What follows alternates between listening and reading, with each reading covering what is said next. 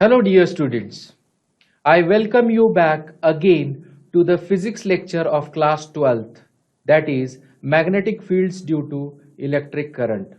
I am Rajkumar Mule, Ferguson College, Pune.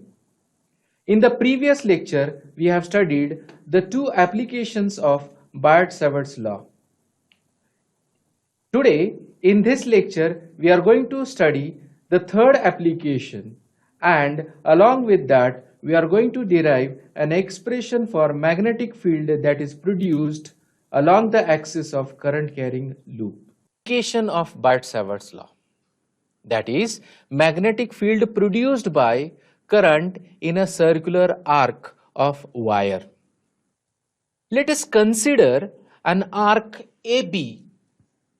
This is arc AB of radius r, and let theta be the angle made by this arc at its center O. If I is the current that is flowing through this arc to the right, then definitely this arc produces certain magnetic field at the center O. To derive this expression for magnetic field produced at point O, let us divide this arc AB into small lengths of segment DL. Let us have one such segment of length DL at point A. This is that length DL. The center of this segment is joined to point O, whose length is r. Then the angle made by the element with r is 90 degrees, right? Therefore, by Biot-Savart's law, the magnetic field produced at point O due to element dl at A must be equal to mu 0 by 4 pi I vector dl cross vector r by r cube in vector form. Its magnitude is given by mu 0 by 4 pi I dl r sin 90 by r cube. This angle 90 degree is, therefore dB is equal to mu 0 by 4 pi I dl by r square. Equation number 2. This is the magnetic field produced at point O due to element length dl.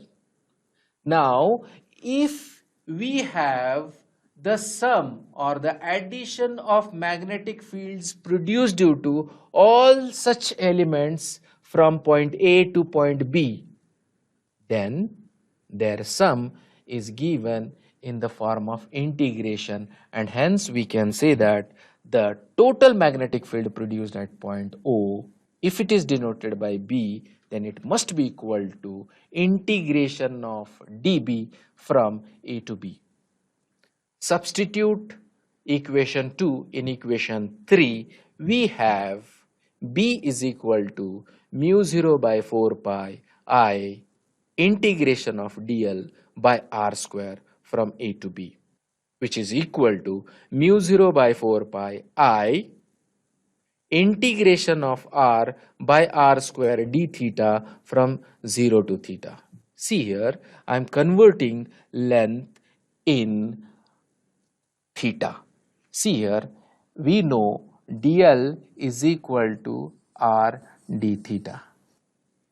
Substitute this here, so we have r by r square, one r gets cancelled, so we are getting B to be equal to the net magnetic field at point O is equal to mu 0 by 4 pi I by r into theta. If we take a unique case of this, for instance, this happens to be a circular loop carrying current I with radius r, then theta made by this circular loop then will be equal to 2 pi. So if I substitute this theta to be equal to pi, then what we get is, for a circular loop, B to be equal to mu 0 by 4 pi I by r in bracket 2 pi. Pi gets cancelled. 2 by 4, it is therefore B to be equal to mu 0 I by 2R. This much of magnetic field will be produced at the center of circular loop carrying current I. If this is a coil of n turns, then can we say that B must be equal to mu 0 Ni by 2R? Axial magnetic field produced by current in a circular loop. This is a generalized formula which will also give us the formula that we have derived just now. The magnetic field at the center of current carrying loop. What is this derivation is all about? We are going to derive an expression for magnetic field produced on the axis of current carrying loop. Consider a current carrying loop of radius A carrying current I as shown in the diagram. Let us have a point P on its axis at distance x from the center of this loop. Then let us take a point A on its circumference at which we are going to take an segment of length dl, right? Therefore, if we join A and P, then the corresponding length is denoted by R. The angle made by AP with radius A, if it is equal to alpha, then from right angle triangle AOP, can we say that R is equal to square root of A square plus X square, equation number 1. Squaring this, R square to be equal to A square plus X square, equation number 2. We are going to use Biot-Savart's law here. This segment whose length is dl at point A, current I is flowing through it.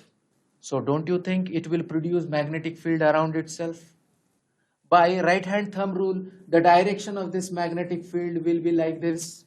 So this element length dl at point P produces small magnetic field dB in the direction shown. The magnitude of this magnetic field dB must be equal to dB to be equal to mu 0 by 4 pi I dl r sin theta upon r square.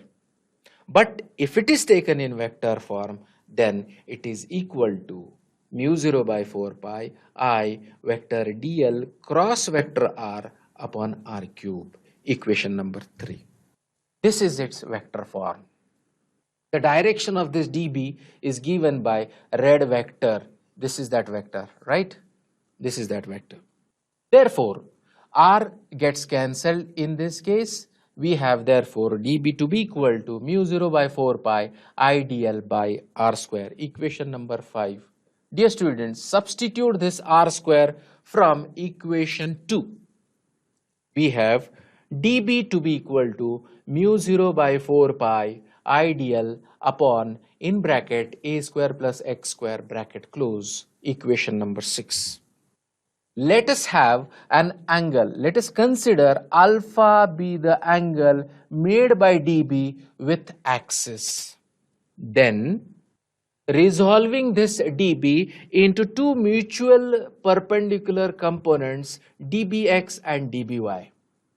Then can we say that dBx must be equal to dB cos alpha, equation 7, and dBy is equal to dB sin alpha, equation number 8.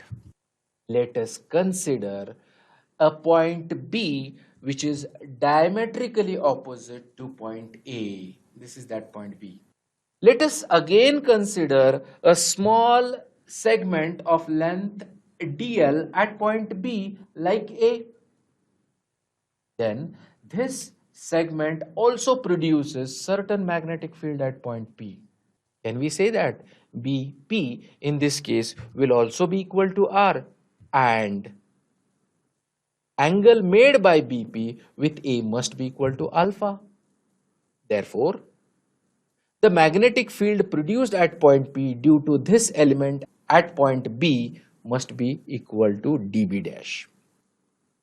It is in a different direction as compared to dB, but its magnitude should be same as that of dB, and therefore can I say dB must be equal to dB dash, which is equal to mu 0 by 4 pi I dl upon bracket a square plus x square, equation number 9.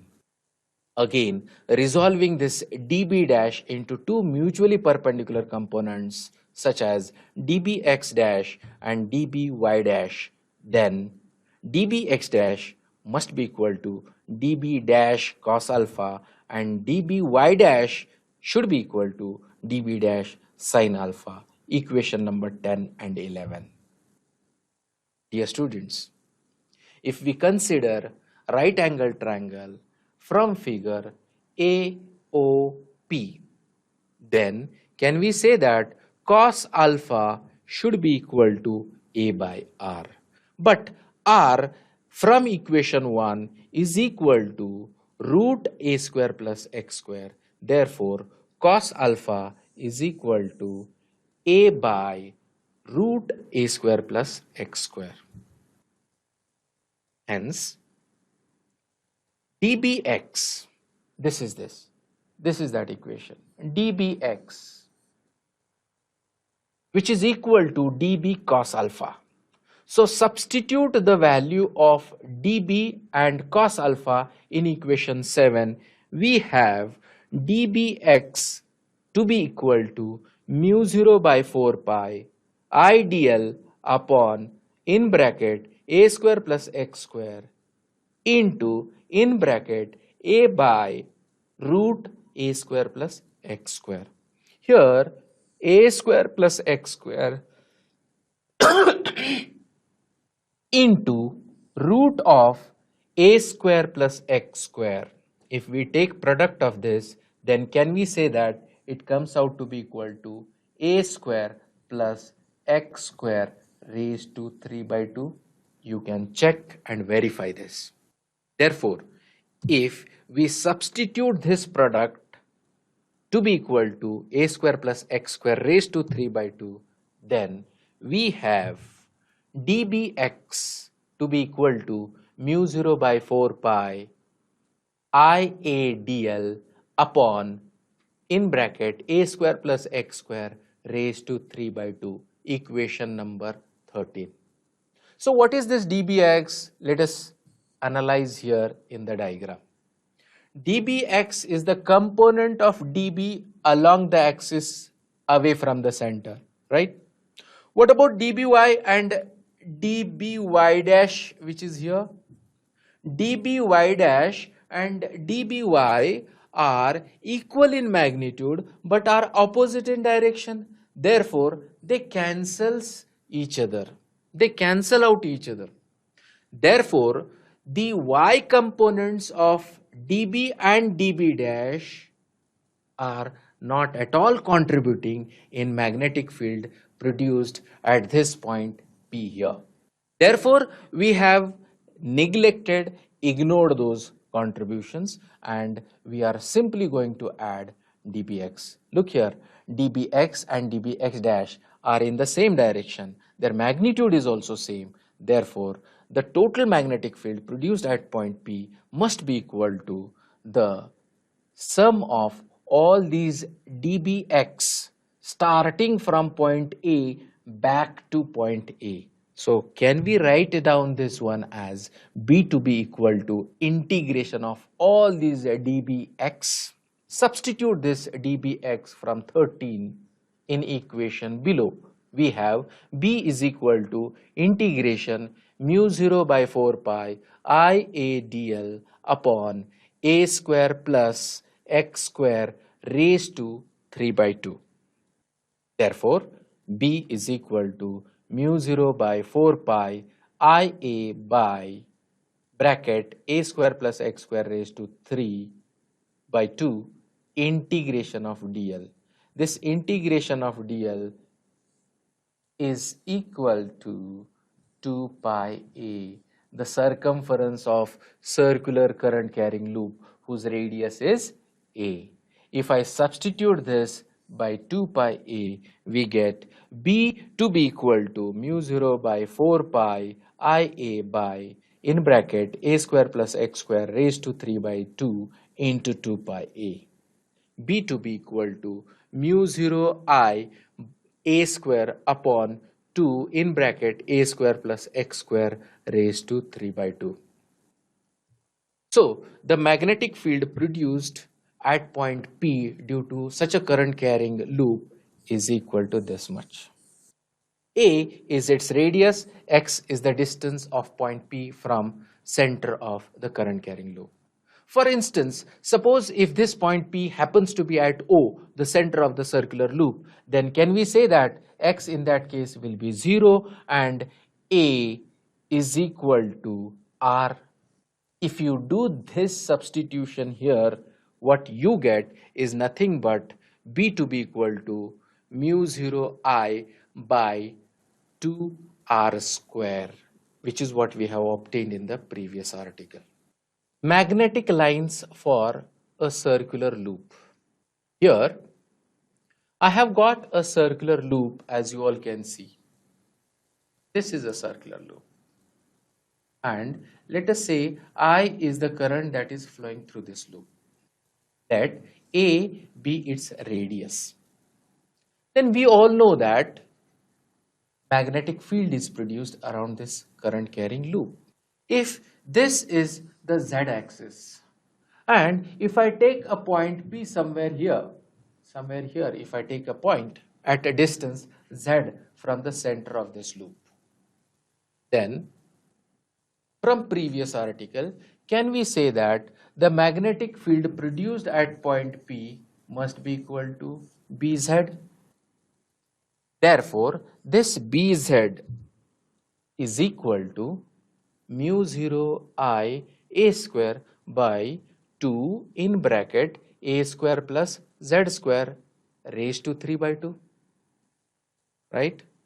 Now, if this z is very small, then we have mu 0 rather b0. What we are taking it, z is considering to be 0, so this point P happens to come at point O. Therefore, instead of bz, can we say bo?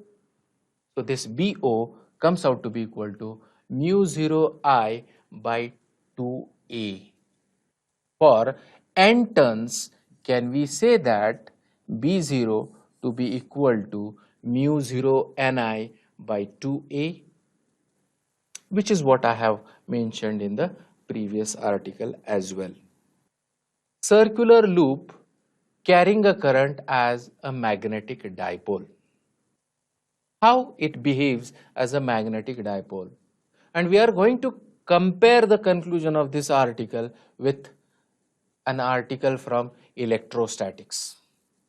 Here I have got a current carrying loop of radius A carrying current I as shown in the diagram. So this current carrying loop produces magnetic field around itself. The field was shown to you in the previous diagram as well. Then the magnetic field anywhere on the axis at distance z from center O is given by equation Bz to be equal to mu 0 I a square upon 2 in bracket a square plus z square bracket close raised to 3 by 2. Now, if this z is very large as compared to a is very small in front of z, then can we ignore a while adding in the denominator of the previous equation? If I do that, then we get Bz to be equal to mu 0 I a square upon 2z cube. Pi a square is nothing but area of this circular loop. Doing the substitution in the previous equation, we can write Bz to be equal to mu 0 Ia upon 2 pi z cube. Here, Ia, A is a area vector. I into area vector is nothing but magnetic dipole moment produced due to this current carrying loop. So its magnitude M is simply equal to Ia. If there are n number of turns, we can multiply the right hand side by n. Therefore, substituting this by m, we get Bz to be equal to mu 0 by 2 pi m by z cube. Its vector form, vector Bz is equal to mu 0 by 4 pi 2 m vector by z cube. So this much of magnetic field will be produced on the axis of current carrying loop at distance z from its center. In class 11th, in electrostatics chapter, we have derived a similar formula for how much is the electric field produced on the axis of an electric dipole, and that was obtained as vector E to be equal to 1 by 4 pi epsilon 0 to P vector by Z cube. So this analogy I have already discussed in the beginning of this chapter. I hope you have understood. A piece of straight wire has mass 20 gram and length 1 meter. It is to be leviated using a current of 1 ampere flowing through it and a perpendicular magnetic field B in a horizontal direction. What must be the magnetic field B that is necessary? So what he is trying to say is that there is a wire whose mass is 20 gram. And there is uniform magnetic field of certain strength B is applied to this one. So it needs to be leviated. Say that magnetic field is directed into the screen, right? So don't you think that because there is some current that is flowing through this wire, what is that current? 1 ampere. This 1 ampere current is flowing through it, then this will experience certain force. By Fleming's left hand rule, don't you think the force acting on this wire must be in the upward direction, Fm? What is this Fm? Fm is equal to ILB. Am I right? What will be the weight of this wire? The weight of the wire will be in the downward direction and it must be equal to mg. What if weight is more than that of Fm? The wire will fall down. If Fm is greater than weight, wire will go up. If Fm equals to weight, then the wire will get leviated, will be in rest position, balanced situation. So he is asking how much magnetic field B must be applied perpendicular to this one so that it is leviated. So can we say, dear students, to leviate the particular wire, Fm must be equal to its weight. Fm is ILB, weight is mg. So B is equal to mg by IL. What is mass? Mass is 20 gram. If I substitute this in terms of SI, because current is given in ampere, so mass must be equal to 0.020 kg into G, that is 9.8, upon I is 1 ampere and length of the wire is 1 meter. If you do this calculation, then answer comes out to be equal to 196 Tesla, rather 0.196 Tesla, but 1 Tesla is equal to 10 to the power 4 Gauss. Hence, we can say that it is equal to 1960 Gauss. I hope you have understood this. Let us attempt one more numerical. Third numerical. Calculate the value of magnetic field at a distance 2 centimeter from a very long straight wire carrying a current of 5 ampere. We have been given mu 0 as 4 pi into 10 to the power minus 7 Weber per ampere meter. It's a simple example. There is slight confusion whether we should use a formula for semi-infinite wire or finite wire. This is a question. I'm going to consider semi-infinite wire and hence use the formula for semi-infinite wire. The semi-infinite wire, for example, this is a wire and I want to find out magnetic field here. This is semi-infinite wire which is having current I going in the upward direction C. Then we can say that for semi-infinite wire, mu 0 I by 4 pi r. Yes? So let us do the substitutions and make the calculations. B therefore is equal to mu 0. Mu 0 is 4 pi into 10 to the power minus 7 into the current 5 ampere divided by 4 pi into radius is 2 centimeter, which means 2 into 10 to the power minus 2 meter. 4 pi gets cancelled and the answer comes out to be equal to 2.5 into 10 to the power minus 5 Tesla. This is minus 5. This is minus 5, dear students. So B comes out to be equal to this much. In the same manner, we can attempt few more numericals. In this lecture, we have studied the remaining applications of Biot-Savart's law. That is, magnetic field produced due to an arc carrying current I, and later we have derived expression for magnetic field produced due to current carrying loop on its axis. We have also solved two numericals based on what we have studied so far in this chapter. Thank you.